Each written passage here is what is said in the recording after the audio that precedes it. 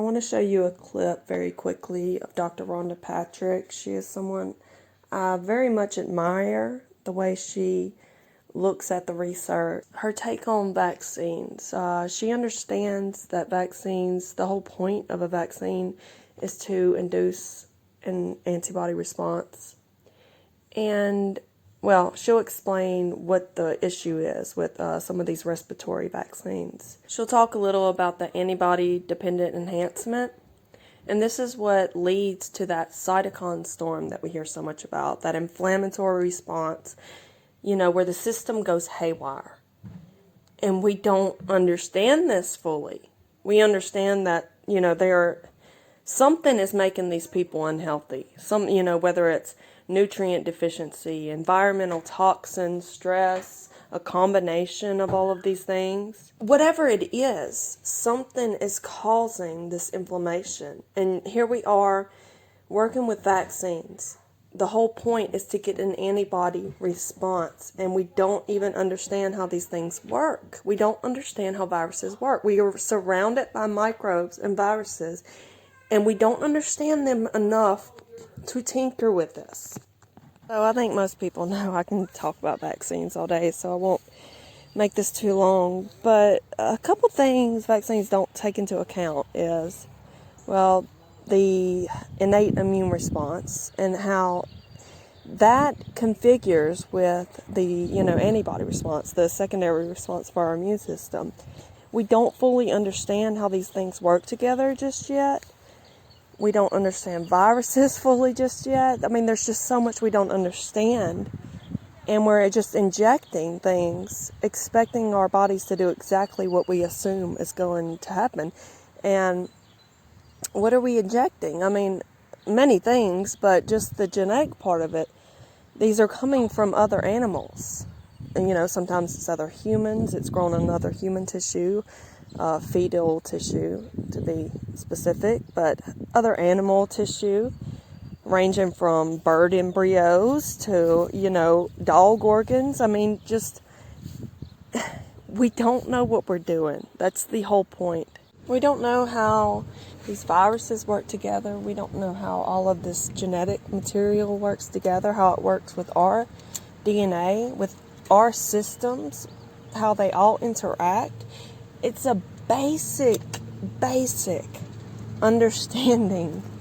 Have you heard of antibody dependent enhancement? Do you know? No.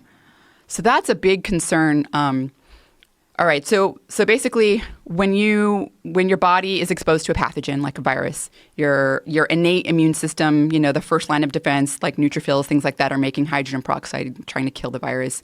But then in the background, your adaptive immune system, and I'm just totally generalizing, is also working in the background, and part of that an adaptive immune response is to produce antibodies. So you have memory B cells that are making antibodies that are specific to bind to different regions, epitopes on the virus, and neutralize them, prevent them from getting inside of the cell.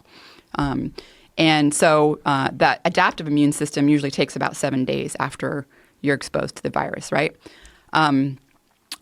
The problem is antibody-dependent enhancement. So sometimes a neutralizing antibody is an antibody that can bind to the virus and neutralize it, stop it from entering your cell, right? So it's doing its job. But you sometimes make antibodies that are non-neutralizing or don't do as good of a job. They don't bind as tight or something. And then you can have what's called antibody-dependent enhancement. And this was like a big problem for the RSV vaccine.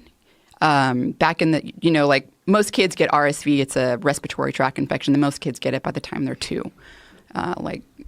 There's no vaccine that's given.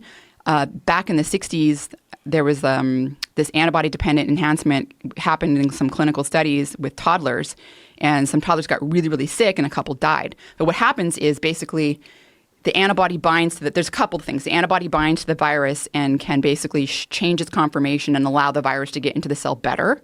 So then you become you get like a higher viral load, and then you don't have antibodies to neutralize it, and it just, it could lead to death. The other thing that happens is the antibody binds to the virus, doesn't neutralize it, but it makes this crazy immune complex that activates your immune system to just go haywire, and it causes all sorts of pathology. And that's what happened with the RSV toddlers.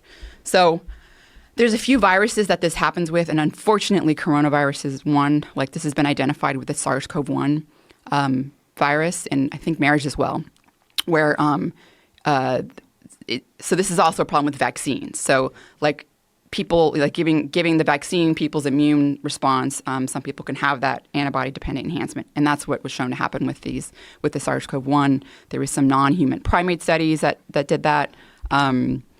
And also animal studies as well. So, the thing with monoclonal antibodies is they're a little more specific because they neutralize and you're like growing them up, like you've done all that test as opposed to just letting your immune system do its thing. And then potentially, you may have this like non-neutralizing antibody that could cause problems. But that's kind of the concern. I know that the vaccine people that are working on vaccines are working on that. I mean, it's like they're concerned.